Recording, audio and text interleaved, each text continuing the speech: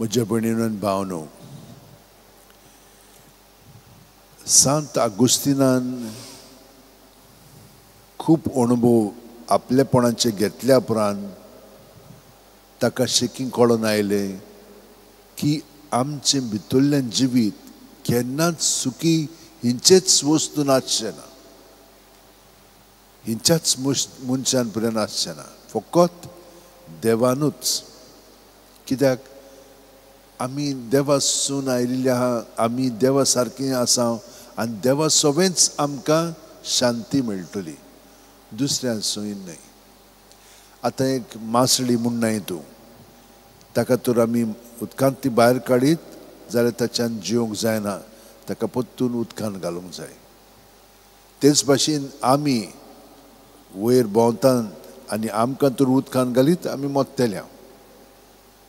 तुरे भाशेन आमी जेन्ना देवा सोबें जियेता तेन्ना आमी खरी मनशां जातल्या, नाजाल्यार आमी खोटी मनशां कशीं जियेतल्या.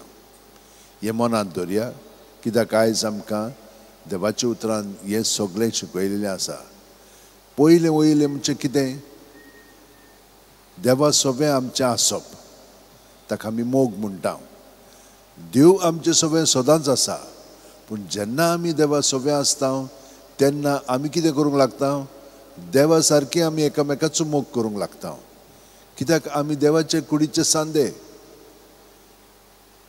ताका लागून सगळ्या परस जेजू म्हणटा, म्हजो मोग करिना जाल्यार तुमी म्हजे शिश्य जावंक नजो. ताका लागून ताणें दोन थंयसर उदाहरण दिलेलें आसा. एक म्हणजे गोपूर बांदूंक जाय जाल्यार सगळें पयलें चिंतून मागीर आमी तातूंत आमचो हात घालूंक जाय.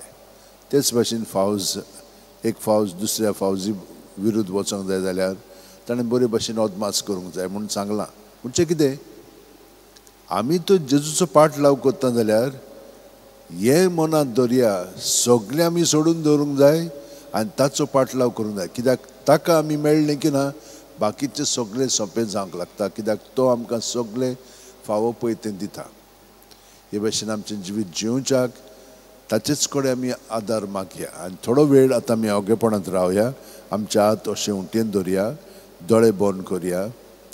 आपल्यापणांतली आमी भायर सरच्याक ही सोंपी पद्दत आनी मागणें आसा. सुस्कार भितर घेता तेन्ना जेजून आमी बरोवन येता, ताचें सगळें बरेंपण आमचें सगळें बरोवन येता. ताच्या बरेपणांत आतां आमचे भितर आहा तितलें बरें आनी वायट सगळें उफेता.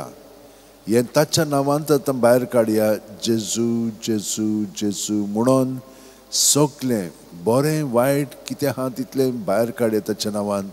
आनी तो आमकां नितळकाय हाडटलो, कित्याक ताणें आमचे पासत आपलें रगत वारयलां. आमकां हातूंतली आपलेपणांतली भायर सरून ताच्या देवपणांत आमचें जिवीत आसा ते भाशेन जिवंक. आनी हे परी आमी बापाची भुरगीं जावंक लागता आनी एकामेकाचो मोग ताणें आमकां दाखयला जेजू सोबें ते भाशेन करूंक लागतलें हांव. आमेन.